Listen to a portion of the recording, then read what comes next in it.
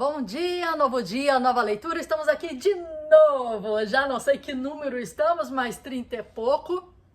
Estamos chegando ao final do livro, página 227. Hoje já se prepara, pega aquele cafezinho esperto, pega aquele marcador esperto. Olha aqui o marcador que a gente tem aqui, o marcador cinza. Lá no nosso Instagram e dentro do nosso curso Leitor Supremo, a gente tem uma lista de coisinhas, gadgetzinhos que você pode comprar para você ler e podem te ajudar. Tanto timer quanto marcadores cinzas, que para mim ficam chique, ficam finos, fica assim, né, bonitinho, né, adulto, né, nas marcações. Adoro esse cinza mais claro, né.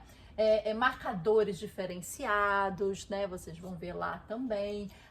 Timers, suportes para você ler, né, numa mesa que já segura aqui, luzes que você coloca aqui, divisores de páginas, tem um monte de coisa lá que te ajudam nessa sua jornada da leitura. Então, sem mais delongas, vamos começar a ler aqui, página 227, corporificação profunda. Bora? No limiar entre gatilho interno e externo está a corporificação profunda. A corporificação profunda é um tipo de autoconsciência física expandida. Significa que prestamos uma atenção enorme à tarefa atual quando diversos sentidos estão envolvidos nessa tarefa. Se você está apenas observando uma cena se desenrolar, esse é seu nível de envolvimento. Porém, se está de fato participando desse desenrolar, então o envolvimento é muito maior. Esse é um dos motivos principais pelos quais atletas obtêm tanto êxito em entrar no estado de fluxo. Esportes exigem consciência corporal e a integração com o ambiente. E não são apenas atletas que podem ativar esse gatilho, e esse é um ponto muito importante. Alguns anos atrás, Mihaly Csikszentmihalyi e um pesquisador da área educacional da Universidade de Utah chamado Kevin Hartlander, alguma coisa assim, saíram à procura de ambientes educacionais com fluxo elevado. E o que eles descobriram? Educação montessoriana. O método Montessori enfatiza tanto a motivação intrínseca quanto o aprendizado por meio da prática.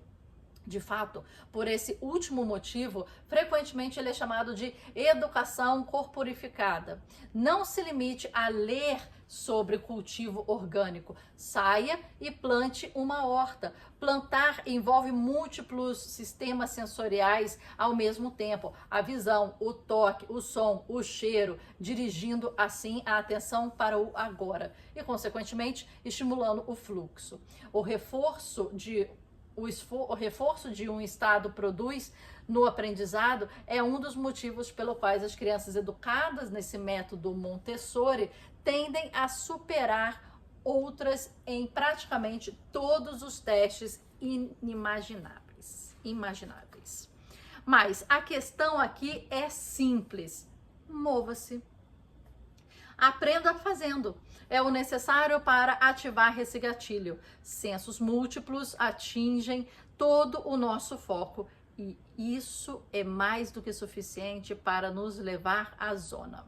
Então, é o que estava falando no vídeo anterior, né? Que a gente falou sobre grounding, earthing, colocar o pé no chão. Quer dizer, ir para o local, né? Se sujar do local, entrar naquele clima. E aqui ele fala usar todos os sensos aí, o olfato, tato e etc, para você experienciar aquilo, não só estudar em livros, né, com palavras.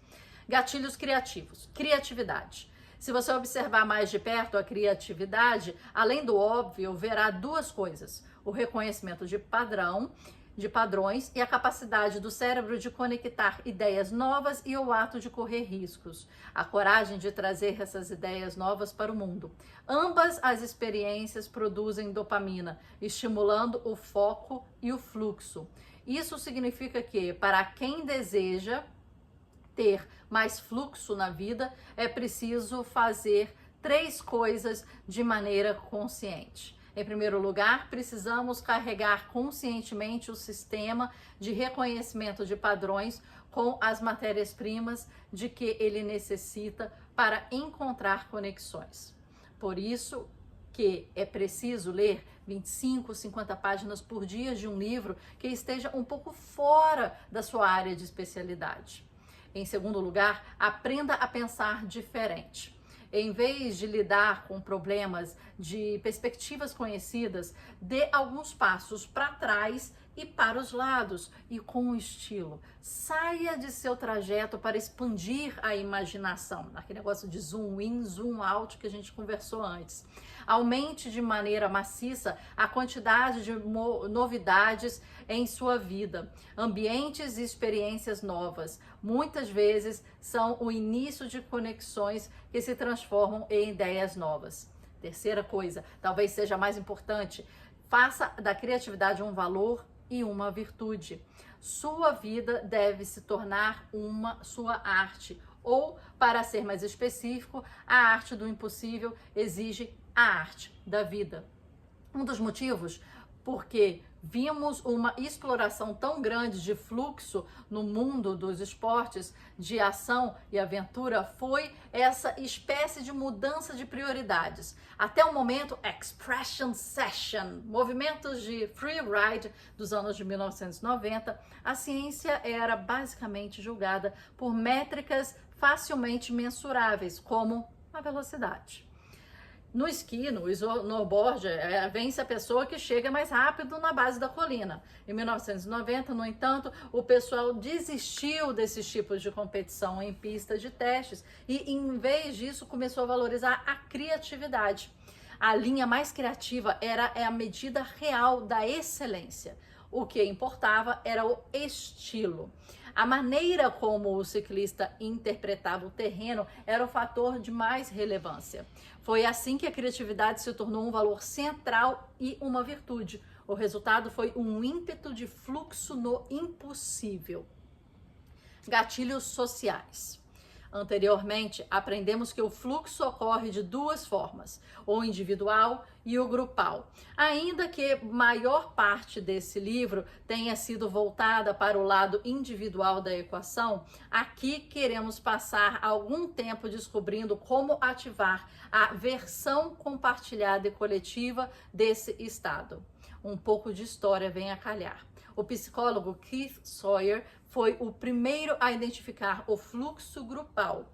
Sawyer, um músico de jazz de longa data, reparou que, quando a banda se reunia e a música corria solta, havia uma mudança fundamental na consciência. Era uma confusão mental que gerava um efeito do tipo: o todo é maior do que a soma das partes. Sawyer saiu em busca da sensação durante a graduação na Universidade de Chicago e estudou sobre a orientação de Csikszentmihalyi, enquanto Csikszentmihalyi notara que grupos de pessoas parecem mergulhar juntos no fluxo, ele presumiu que isso era um subproduto de vários indivíduos em fluxo e não uma experiência compartilhada.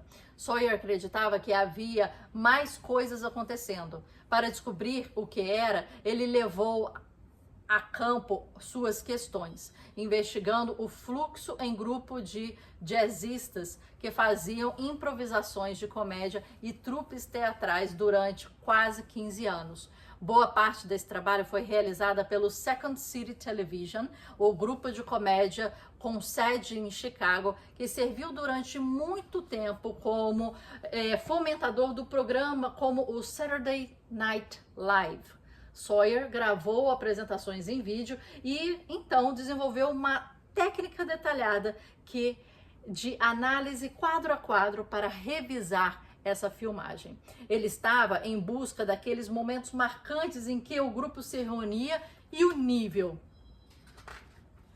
da apresentação disparava. Em seguida, Sawyer trabalhou em retrospecto com base nesses momentos até as pré-condições que os geraram, descobrindo, por fim, que havia 10 gatilhos para esse estado compartilhado.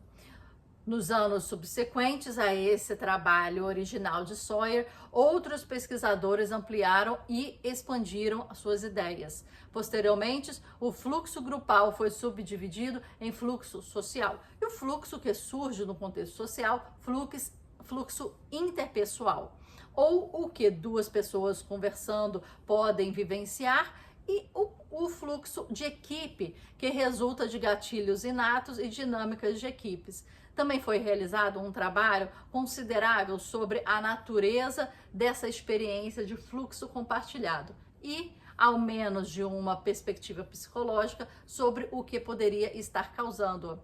Entretanto, ainda existem lacunas significativas em nossa educação. Limitações tecnológicas foram um obstáculo para pesquisas aprofundadas sobre a neurobiologia do fluxo grupal, ou os gatilhos, né, do fluxo grupal.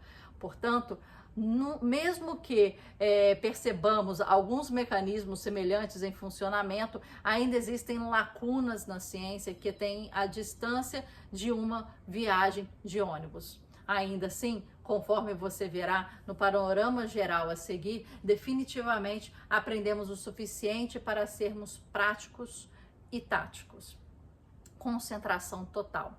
Do mesmo modo que o fluxo individual exige concentração total, o fluxo grupal exige o mesmo.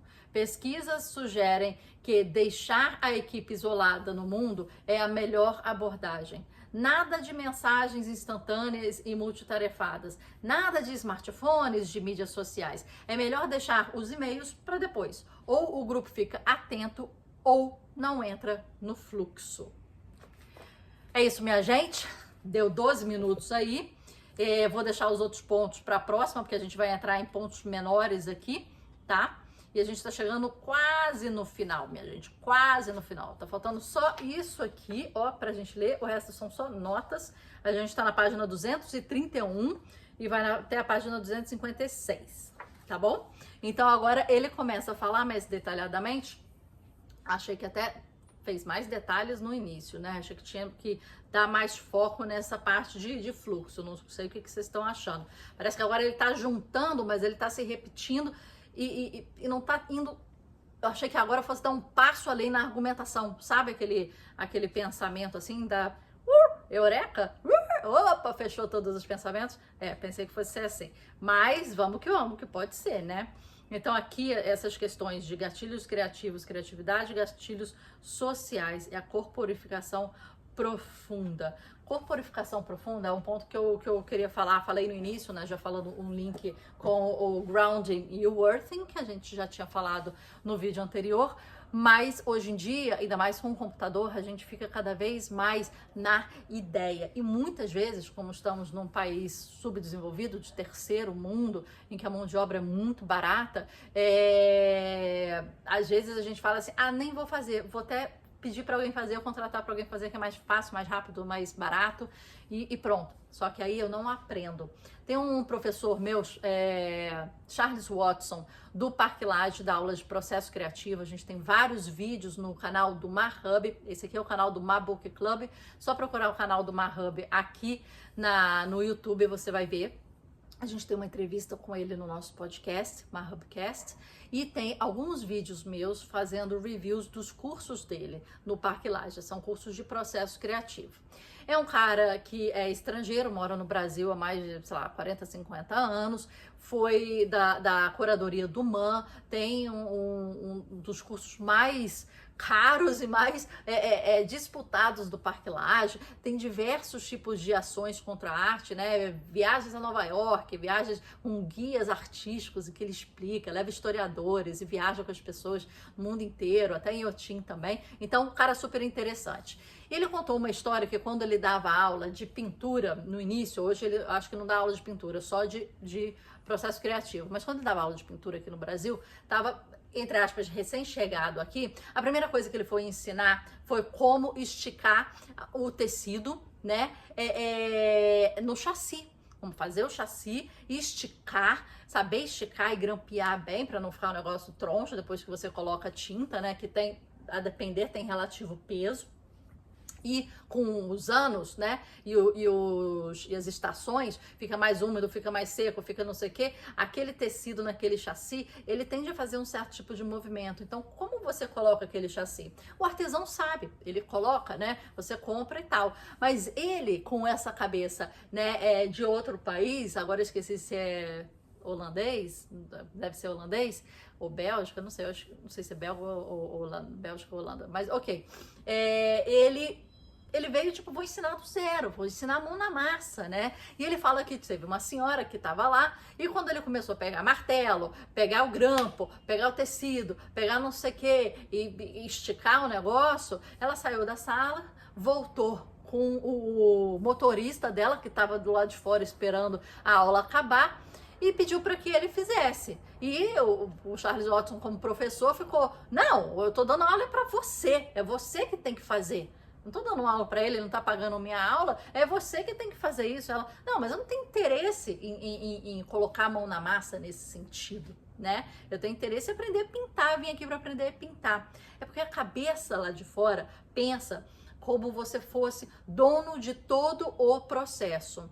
Aqui no Brasil, a gente faz às vezes etapas. Por exemplo, minha aula de argila aqui no Brasil, em que eu fazia escultura, a gente não tinha estrutura ali na aula, ou a professora, para passar o conhecimento de como fazer o molde, né, em cera. Depois, como, né, fazer, né, o molde em gesso depois, né? Aí depois, como daquilo fazer a resina da sua obra, ou como fazer a fundição. Lá não era, né, um local de fundição, né? Ela não era expert em fundição, mas nos Estados Unidos parece que você é dono do seu processo. Você vai aprender do zero, você vai aprender a colocar lá o grampo lá e o prego lá no chassi. Aí vai lidar com a madeira, vai lixar a madeira, vai invernizar a madeira, vai tratar a madeira para cupim, vai não sei o quê. Aí depois vai colocar o tecido, vai escolher o tecido, vai grampear o tecido, vai saber como grampeia, como estica, como, né, aquilo se mantém com o tempo. Quantos grampos são para colocar,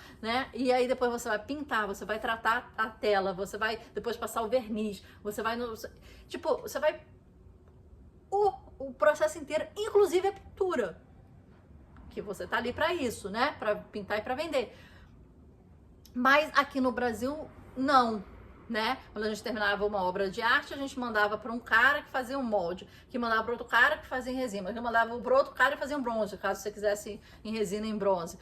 E ali o processo se baseava em desenvolver a escultura em argila, e ela levava para queimar na casa dela, porque a estrutura ali da sala de aula não tinha nem um forno, né? Então, assim, era um local de você trabalhar com a argila, né? Tinha um torno, você poderia trabalhar com um torno ou poderia trabalhar à mão e fazer a sua escultura. Mas é pra gente pensar, né? Pra gente pensar o quão corporificados estamos nas nossas intenções dos nossos projetos, o quão dentro, com todas as nossas, né, o tato, o olfato, o cheiro, a mão, né, isso me lembra sempre a sujeira, né?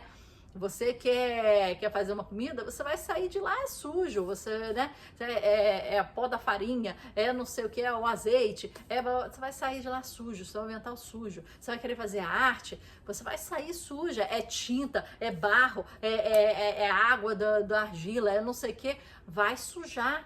Então, assim, às vezes a gente não quer se sujar, mas a gente também não está conseguindo dominar o processo.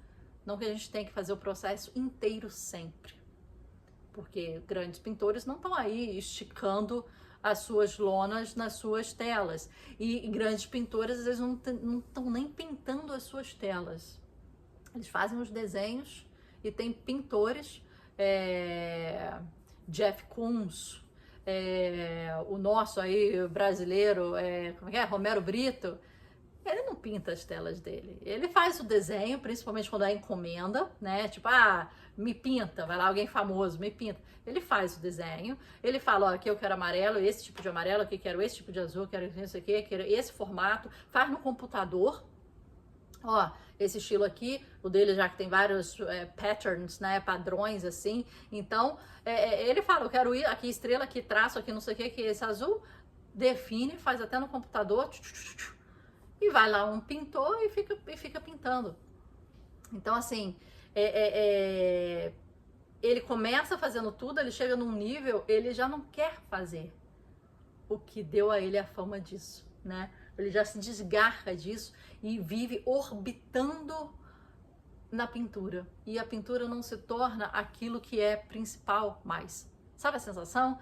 Que ele tá na night, ele tá no evento, aí ele tá saindo com não sei o quem, ele tá tirando foto com não sei o quem, ele tá fazendo um evento não sei o que, aí faz um evento beneficente, aí faz uma escultura gigantesca que vai ficar em frente ao museu não sei o que, tem 5 metros de altura, mas está sendo feita na China, tá a partir de um desenho dele pequenininho, e ele vai lá uma vez só para ver o protótipo, e a China faz, e ele orbita ali frente ao que ele criou, mas ele sai da ação principal e já orbita naquilo, já subcontrata, né? A gente vê muito disso na arte, falo da arte porque é minha área, né? Mas em diversos outros lugares, né? A pessoa começa cortando o cabelo, faz tanta fama que vai virar dono de salão. Aí depois a ação dessa pessoa vai ser administrativa, financeira, né? E vai cortar o cabelo, né, por hobby ou quando dá, né? Aí corta um cabelinho ali de quem pediu, né? Então é isso, é o perigo que a gente tem de não se corporificar mais, da gente estar também orbitando frente o que a gente mais sonhou ou quis fazer na vida. Eu acho que isso vale a gente pensar e terminar hoje com essa reflexão. Até amanhã, até a próxima leitura. Tá terminando. Fica aí com a gente.